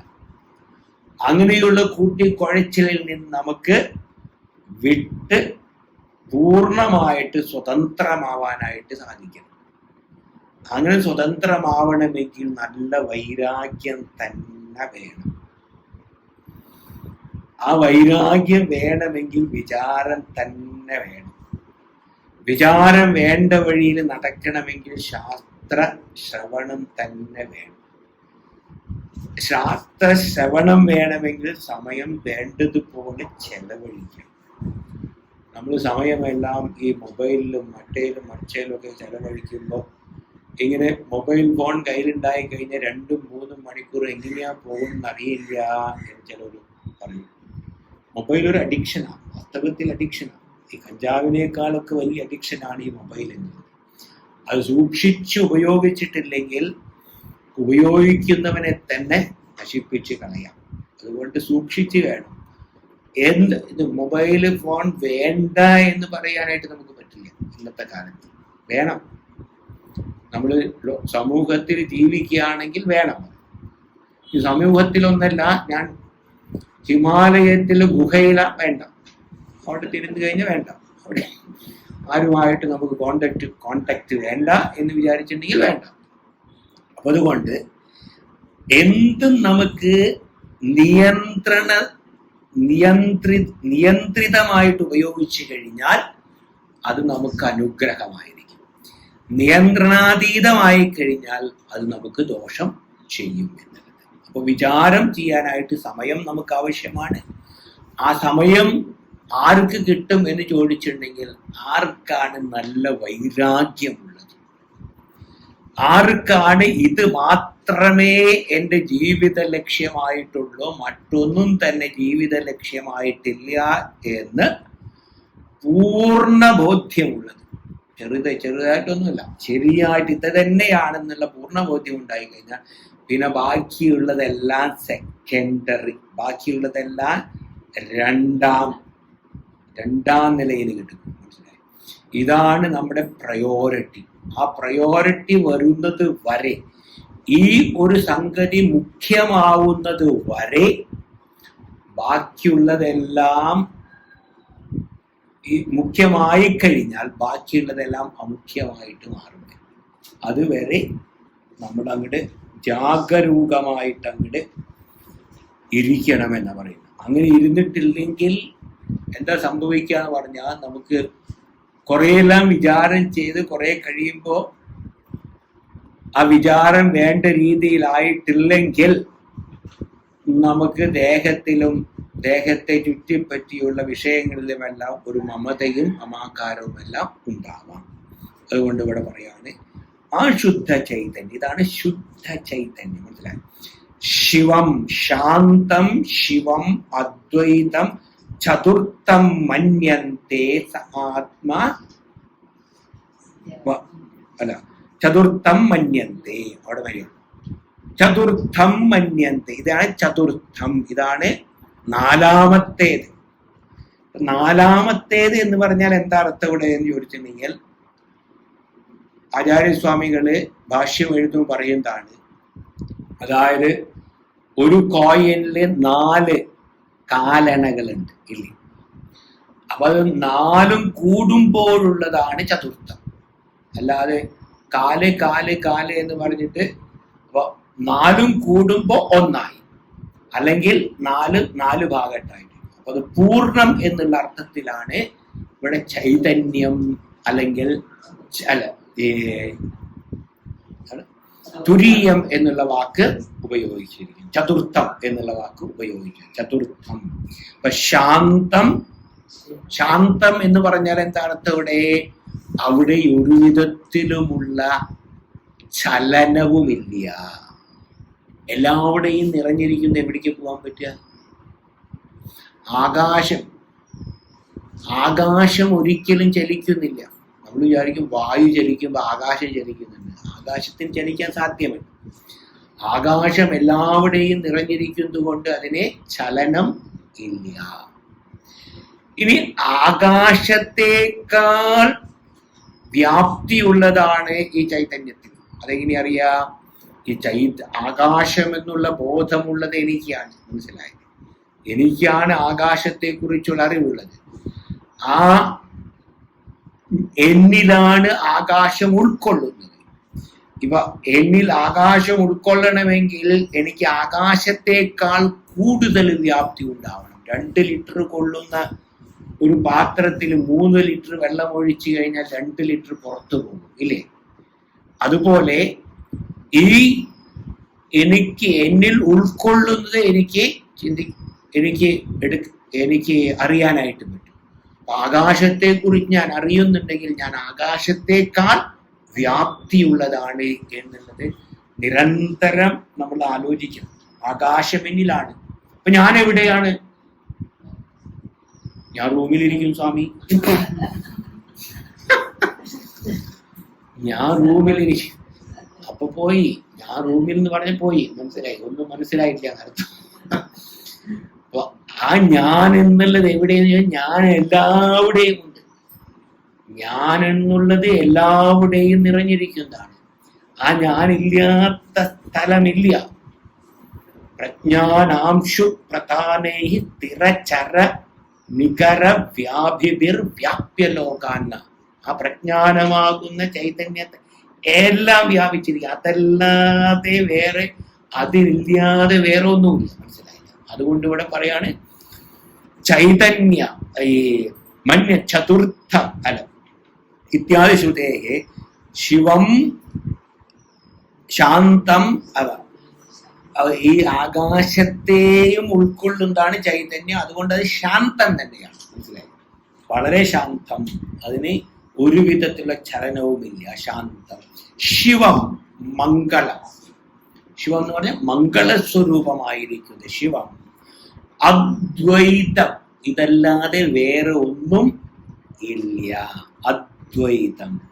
ചതുർത്ഥം, ഇതിനെയാണ് ചതുർത്ഥം, നാലാമത്തേതായിട്ട് പറയും. ചതുർത്ഥം മന്യന്തേ, ചതുർത്ഥം എന്ന് പറയുന്നു.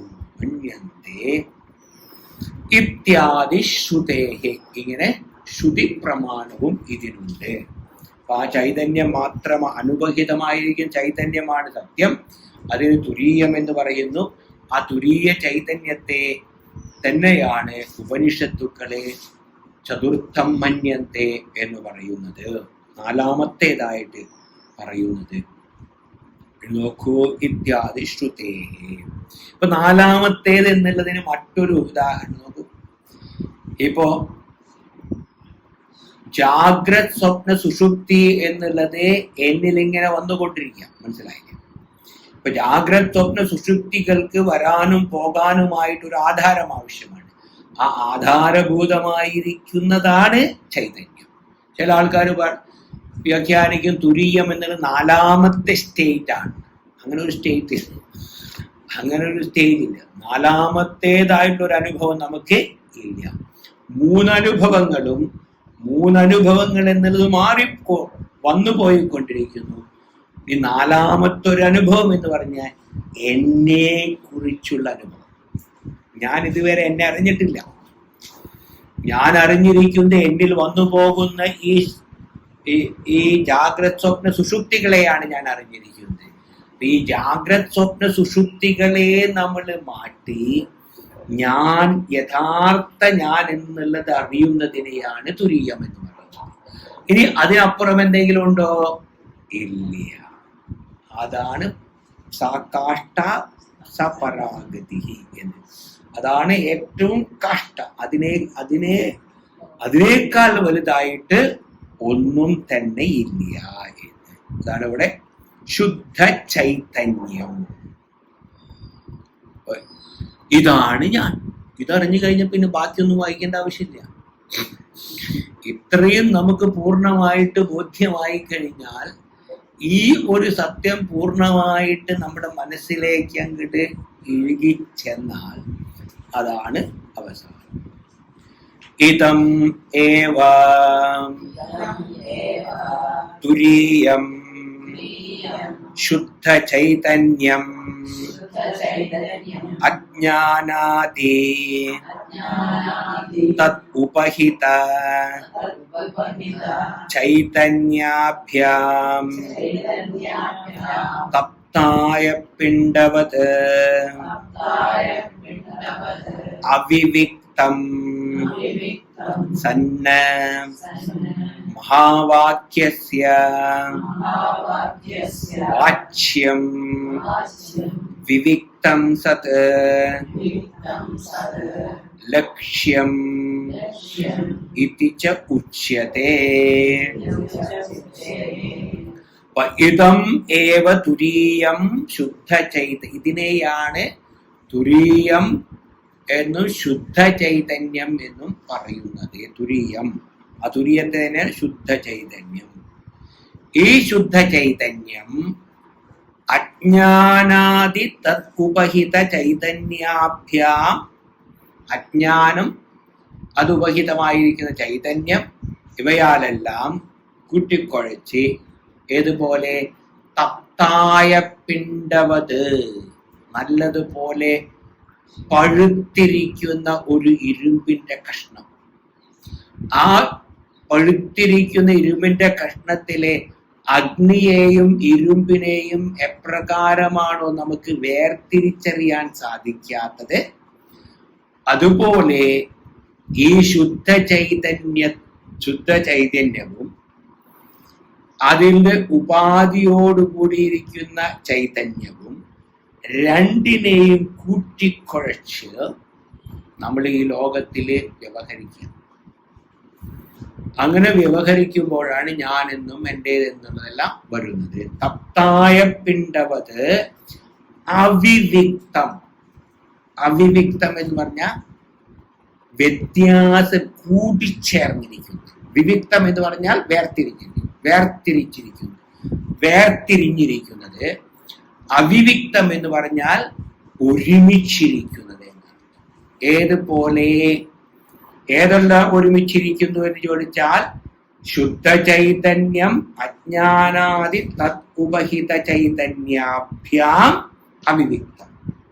ശുദ്ധ ചൈതന്യം അജ്ഞാനാദികളാകുന്ന ഉപാധികളോട് കൂടി കുഴച്ച് ഒരുമിച്ച് ഇരിക്കുന്ന, കൂട്ടിക്കുഴച്ച് ഒരുമിച്ചിരിക്കുന്ന അവസ്ഥ അവിവിക്തം. അങ്ങനെ അവിവിക്തമായിരിക്കുന്നത് തപ്തായ പിണ്ടവത് അവിവിക്തം. മഹാവാക്യ അവിവിക്തം സന് മഹാവാക്യസ്യ വാച്യാർത്ഥം. വാച്യാർത്ഥം എന്ന് വാക്ക് കൊണ്ട് ഉള്ള അർത്ഥം. വാച്യാർത്ഥം വിവിക്തം സത്. വിവിക്തമായി രണ്ടിനെയും വേർതിരിച്ച് അഗ്നിയെ അഗ്നിയായും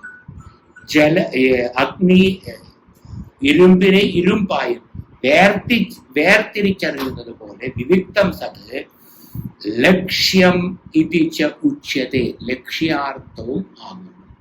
ഈ വാച്യാർത്ഥത്തെയും ലക്ഷ്യാർത്ഥത്തെയും കൂടുതൽ നമുക്ക് അടുത്ത ക്ലാസ്സിൽ ഇവിടെ നിർത്താം. ഓം പൂർണ്ണമദ പൂർണ്ണമിദം പൂർണ്ണാത് പൂർണ്ണമുദച്യത്തെ പൂർണ്ണസ്യ പൂർണ്ണമാദായ പൂർണ്ണമേവാവശിഷ്യത്തെ. ഓം ശാന്തി ശാന്തി ശാന്തി. ഹരി ഓം ശ്രീ ഗുരുഭ്യോ നമഃ. ഹരി ഓം.